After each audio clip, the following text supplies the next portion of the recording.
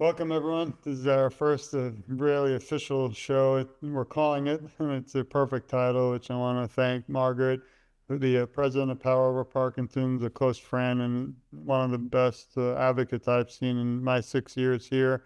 We're calling this show the Parkinson's Policy Podcast because we have been friends for a long time, and we both, again, are on our own journey too.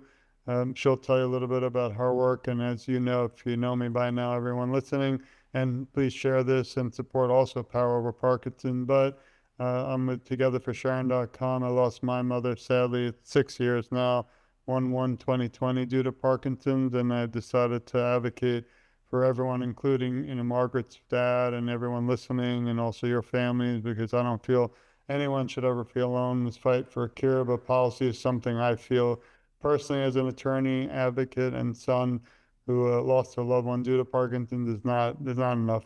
So we got together and going to throw the show to my co-host Margaret to also introduce her. But I feel that it's so unique because and I'm gonna, if you don't like it, everyone write me personally, but it's the first show and literally the only show that's gonna completely cover politics, except for positive politics if that's possible, but also the national plan, what happened, where is it, and how do we get it back? Absolutely. Thank you, George. So I want to reiterate, if you don't like it, email George. If you like it, email me. Love it. Just kidding. We're a team. I'm so happy to be doing this with you, George. As George noted, and in our prior interviews, if anyone has watched our interviews before, we are friends and advocates in partnership, both having had a parent and have a parent with Parkinson's. For those of you who don't know, I am Margaret Preston, president of Power for Parkinson's, and we started about 7 years ago after my own father's diagnosis with Parkinson's. He's almost 8 years in now.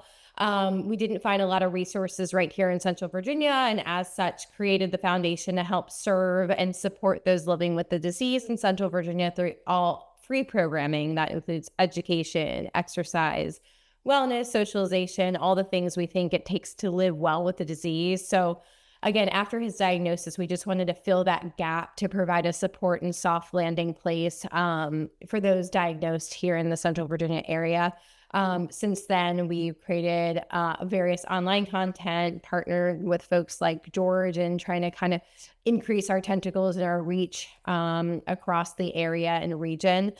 So we're so excited to be able to partner with George and talk a little bit more about the advocacy side. Some of our folks might know and maybe have joined us on the Commonwealth State Capitol here in Virginia, but we led our first state advocacy day last February in 2025.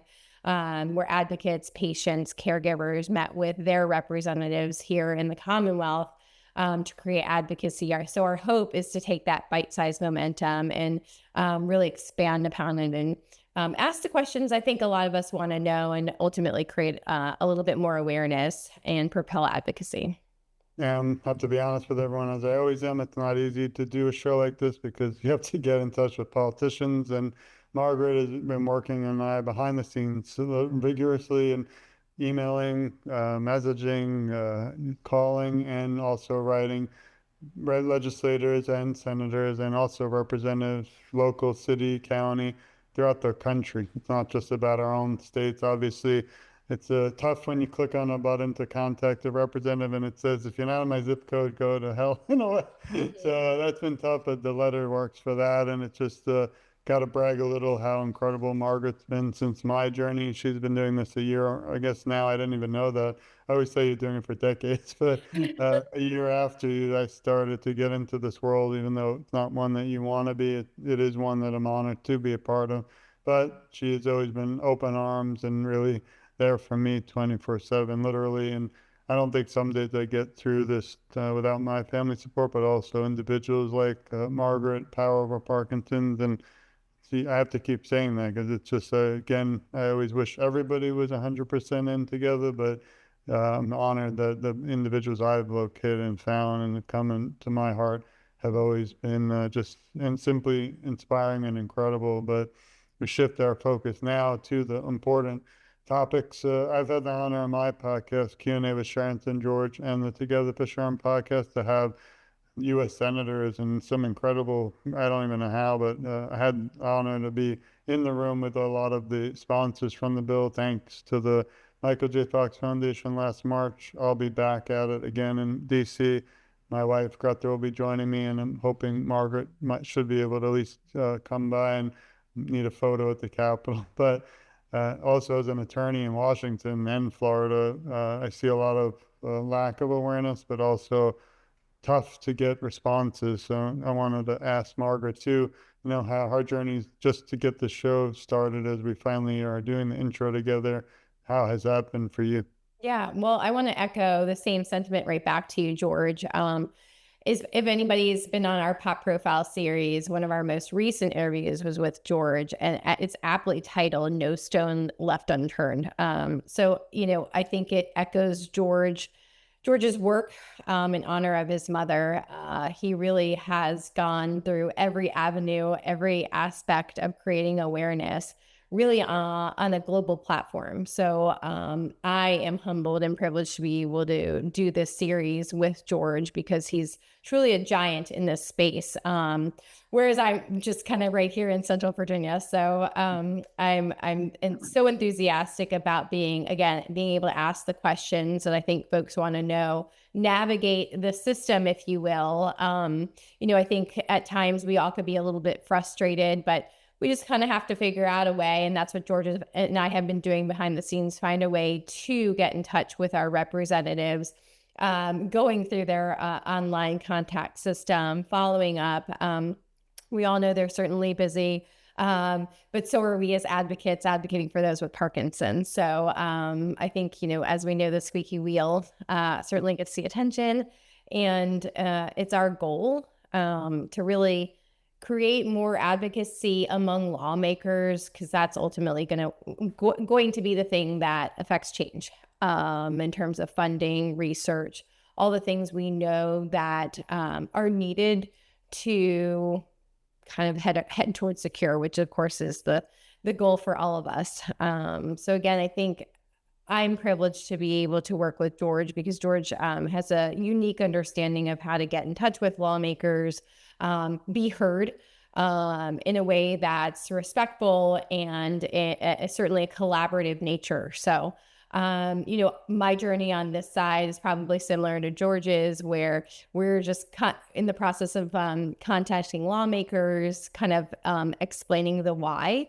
And of course, the why is on behalf of our Parkinson's community. That's why we want to bring folks on our show to talk about, potentially the national plan, where it is, really just educate lawmakers on the disease, because we know if you're not necessarily touched by the disease, you don't know a lot about it. But I think lawmakers will be quite surprised of its prevalence and increasing diagnosis rate. So there's so much to talk about, and we will be very grateful to be able to talk with those who, again, can really affect change in our nation as it relates to Parkinson's and neurological disorders. Yeah, I also think the show's kind of a lesson for me. I'm sure you might agree that we're still learning every day, no matter what. I always joke and say, I have a lot of master's degrees, PhD in law, but I still have a lot to learn, and we learn together. But also, this is a show that I can't say for all the other ones I've been a part of, but you can also get involved, and that's a big, real key. So we hope to have actual legislators on the show. That's the main goal, and senators, and also individuals in policy, different organizations. But at the end of the show, each show, I'll remind you, and Margaret will too, that you need to also, and it's a really call to action, we need everyone to also reach out to their legislator. I always say I can write 100 letters, which I have, but they might go unheard. And then also you add Margaret adding 100. Well, now someone might take heed and listen. And then if we have everyone out there too, even write them and tell them to come on our show and send us questions. We'd be happy to have them on as well. But as Margaret said, we have to figure out what happened to the national plan. I remember speaking to a young lady, young individual who we call family, Allie Signorelli. She was actually at Target, and for some reason I was on the phone, and we both almost really cried the day we heard it was passed. Me more because I wanted to help people battling today, But I thought of my mother, and unfortunately she didn't make it. Her battle lost, so she couldn't see this day. That was over a year ago, and then as of today, there's still nothing. The council hasn't been seated. I was honored to, and I don't talk about a lot, but I had 40 nominations, including Margaret, for the committee. But I'd rather know who didn't make it or did, so we can move forward. Still not seated. Then I went to, DC. Some of the asks they said were, to please seat the council. Number two, to help fund the NIH, which hope we'll be able to get on our show, because they are the number one leading individuals and scientists that are working 24/7 behind the scenes, which we want to bring them into the forefront. So you don't just see them in the lab, but they're the ones that need the funding to find a cure, or even to stop the progression, or to reverse it, or just anything. And then finally, the big one, which Margaret, I'll throw to you, about environment, which is really what I think is why my mother was diagnosed due to environment. But banning things like paraquat was one of the third things we asked our politicians, which is really a simple thing, and it's banned in every country except the US and Australia. Yeah, before I jump on that, I wanted to reiterate what George said. I think, ultimately our show, while we hope to have lawmakers and decision makers here, I think ultimately we hope that all of our listeners take action, because that's what it's going to take. It's going to take all of us as a cohesive, collective body of those who have been touched by Parkinson's, who have Parkinson's, et cetera, to take action. And what does that mean? It could be going to advocacy days. It could just be part of even clinical trials, sharing what Parkinson's is with a neighbor. It could be at a micro level or a macro level. But our hope is to instill a little bit of drive and action in our listeners to kind of share their story, and again continue to elevate the awareness right here in our nation. But I think, as George noted, another prong of what we want to discuss a little bit more is, of course, all the environmental factors. We've all hopefully have had a chance to read Ending Parkinson's, and now the Parkinson's plan that has recently come out. And there's, kind of indisputable evidence of the environmental factors, whether it's water contamination, what's in our food, et cetera. I think there's a lot of words we can't pronounce and chemicals that shouldn't be on our produce. And I think those are other discussion points for our show, and lawmakers who can help remove some of these contaminants that should have no place in our environment. Again, they've been banned in many other developed countries except ours. And of course, it all begs the question, why? So George and I hope to kind of expand on that and really raise the flag on that, because to me, none of us should be tolerating contaminants in our water or our food. Yeah, when I started my journey, I had specific topics, whether to write or to blog or just to, talk about. This is actually the most important one out of all of them. And this is I won't say I'm done after this, but really, if I could, and Margaret could be a major factor in pushing this national plan forward, then this show is not only going to change the world, but also help ignite an important topic that, again, I don't personally see anywhere. And obviously, I see people posting, which is great, but I don't see anyone have an actual show on the topic, and we can have those individuals on too.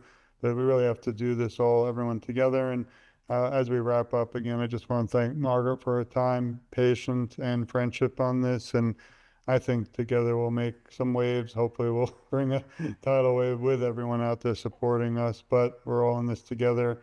The only goal we have is to see more awareness and have the government fund that.